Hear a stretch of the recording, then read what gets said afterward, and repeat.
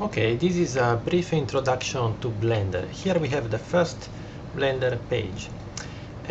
What can we do? First, let's add some object. I just click in a place with my left mouse button, left click. This symbol appears. This is the place where I operate. Then I press Shift A, like add, and I add a mesh. A mesh is an object. So I have a sphere here, for example. Then let's add another object. For example, Shift A, cylinder here. Then I click another place, left click, and I press Shift A for another object like a cone.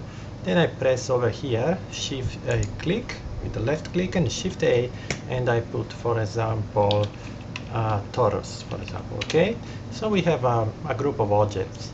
What can I do with these objects? I can, for example, act on them with commands. What kind of commands? First of all, let's select another object. For example, to select is a little counter-intuitive. It's not intuitive, let's say. I click with the right click. It's not left. Right click, I select objects. Okay, so I select this cube and I want to operate with commands. What kind of commands? Let's learn the simple. Grab. Grab means to take an object and move it around. Okay, I press G. I press G as grab and I move the object around.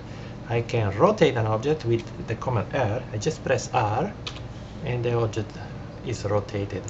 Or I can scale an object with S. Press S and my object gets bigger or smaller. Is that right? I can also duplicate an object. Just press Shift D as a duplication, and my object now is duplicated. I have two of them. Okay, I can group objects. So if I right click, I select an object, but I deselect the other object. If I want two objects to be selected, I just Shift right click. So now I have two objects selected, and I can duplicate them, Shift D, and I have a copy of these two objects. Is it okay? So any command can be followed by the axis where I act. For example, I can try to move an object with grab. I select this sphere, press G to grab it, and now I press X. This means I move my object only along the X axis. I can, for example, take this cube and rotate, press R as before, but now I follow it by Y. So I rotate only around the axis Y. So any command can be followed by an axis, and then it acts on that axis only. This is very useful, okay? So the axes are symbolized by these three colors, RGB, for X, Y, Z, respectively. Okay, so very simple. We are in 3D, so we can see the world, see the object in 3D. How do I do that? I use the numerical pad and I rotate around the view with 4 and 6 or 2 and 8. I rotate my point of view. Okay, with 5 I just change the perspective. Then I can have multiple point of view. If I go here, you see the top corner, there is this strange triangle. I left click here and drag down, and I have 2 point of view. And I can rotate here and I have another point of view here, you see. Very important to remember for you is the numerical pad number 1, this is the front view. Numerical pad number 3, this is lateral view. Numerical pad number 7, the top view from the Z. Okay, so remember 1, 3, and 7. So I can put top view here, move my mouse here, and put 1 here. So I have 2 point of view. If I move an object, for example, I grab with G this sphere, I can see it moving around in the other point of view. Okay, so I know where my objects are. Okay, remember also the mouse wheel. To zoom out, I'm moving the mouse wheel and zoom in. If I shift and rotate, my mouse wheel, I just pan. Okay, I can even click the mouse wheel to rotate, or shift click to pan. Okay, I'm shift clicking the mouse wheel. These things are useful to move around the interface. Also, if you want to go back to only one window, you go up to here, and then you have to right click. So you go up there with left click and the right click here and join, and then press where you want to join the two views, and then you're back in the initial condition. Is that okay? So now our goal is to make an animation, a very simple animation. To make an animation, it's important to remember what is a camera. You see this strange triangular object here?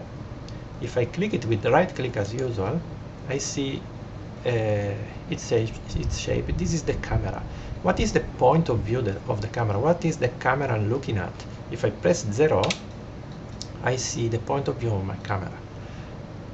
And let's open another view here. Okay, I change the view. I press frontal view 1. So if I move the camera, you see the camera here, if I grab it with G like any other object and I move it, all the objects move. I can put it here and can rotate it. For example, I press R and Y, I rotate the camera around Y, and you see that the point of view of the camera is changing in real time. So my animation will be rendered from the point of view of the camera. This is very important to remember. So the camera is the actual place where things are created by Blender. Okay, so to make an animation a little interesting, let's give some color to our animation. I click an object and go here.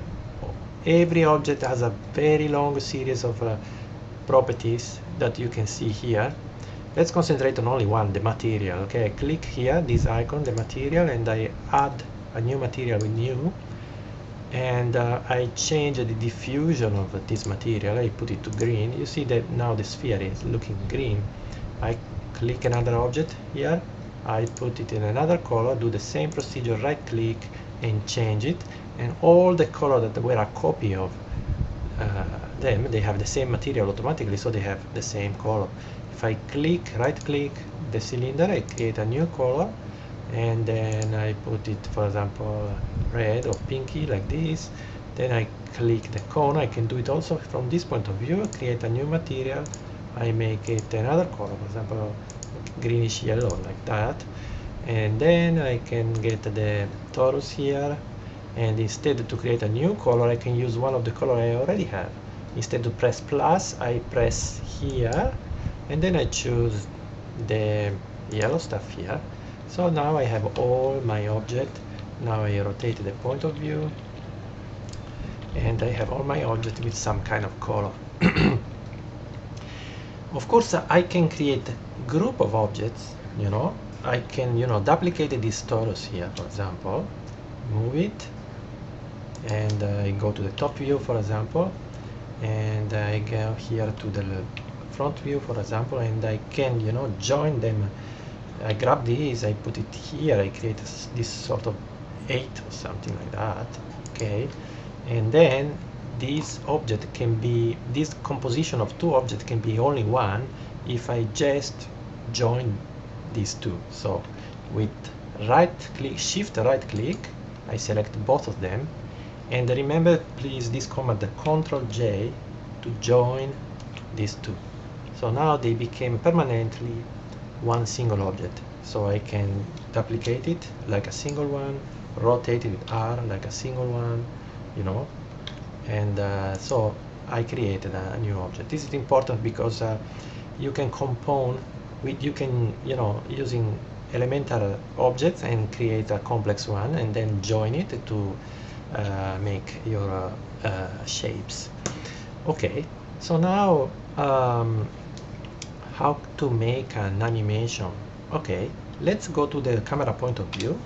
This is what the camera is looking at, and let's put the camera a little more far away. You see it's looking from too near. So I zoom out from this point of view, grab the camera with G as usual, put it back a little, and rotate around the X to look better at the objects. Okay, so this is my camera now, what is looking now, and the animation will be from the camera point of view. What is an animation? In Blender is very simple, very straightforward. You see here this 0, 20, 40, 60, 80, this is the time, is the frames. So an animation means a movie made by many frames.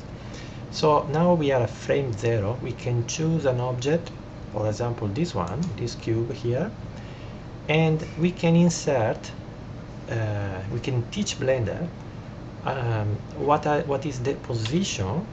I'm just pressing I, like insert keyframe. I insert in the frame 0, at time 0, the location of this cube. Press I again, I insert the location, the rotation of this cube at time 0. So now Blender knows, you see the frame 1 became yellow, and if I use the right arrow, I can move in time, and you see this frame became yellow. This means that in this frame there is a keyframe, the key information where this cube is and what is its rotation. If I click another object, there is no information. This is relatively only to this cube. So now I go forward in time, for example to 60, for example, and then, and in this moment of time, we are in the future, let's say, I grab this object, I put it in another place, for example here, and then I rotate it a little, okay, for example like this. Now I give the new information, I give another keyframe, this information at time 60, the rotation of this cube, and then the location of this cube. So now Blender, as you can see, has the information of the cube at time 60 and where is the cube at time 0. He knows these two positions and automatically interpolates. So now, even without giving any command, Blender already did the animation. If I move in time with a left click, left arrow, you see my cube is animated because Blender interpolated the coordinates, the two coordinates of the position of the cube and the rotation of the cube. Any object can be animated, of course. I can get this one, you know, now there are no information at time 0. I give the information about the location of this object and the information about, I'm pressing I, the rotation of this object, and for example the scaling of this object. Okay, so now Blender knows where it is at time 0, what is its scale at time 0, and what is its rotation. I go to time 60, the object doesn't move because there's only one place to, now I put it here, I rotate it a little, and for example I scale it a little. I press S for scaling, and then I put it bigger. So now Blender knows, and now I put these informations, insert the scaling at frame 60, insert the rotation at frame 60, and with I again I insert the location at time 60.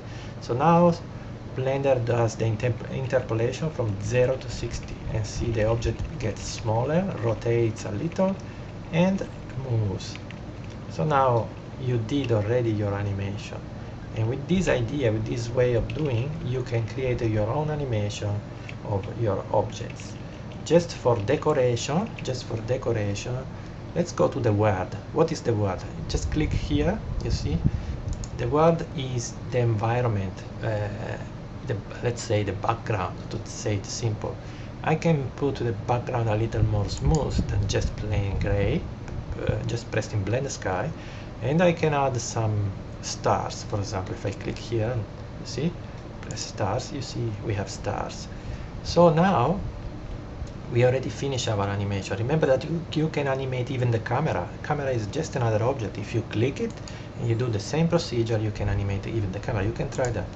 Then to perform the rendering, I just press render, this icon here.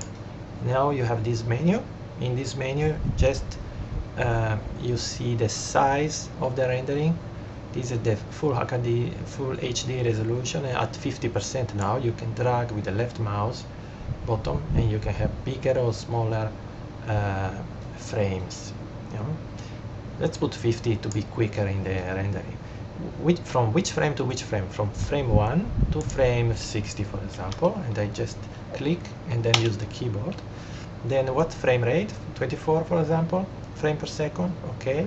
And then where this animation is going to, this is the output folder. You can change it to put your folder of desire, and then you can put the file name if you want. Otherwise, Blender will find a file name for you. And then I just choose the format. If you leave PNG, you will have just a big series of pictures, which is not very convenient. So you click here and choose a movie. So you can choose, for example, XVID, which is a compressed, very convenient format. You will have a single file with all the movie that you can play anywhere. And then you just press animation, just doing it now, just press. And here you see the animation that is rendered frame by frame. Of course, it takes a little time, and the animation will be done with, let's say, photographic quality. There are many things to say, and the Blender is very complex, and you never finish to learn it. But with this 15-minute lesson, you know now what it is, what you can do basically, and I hope you will be induced to study it. Okay, see you.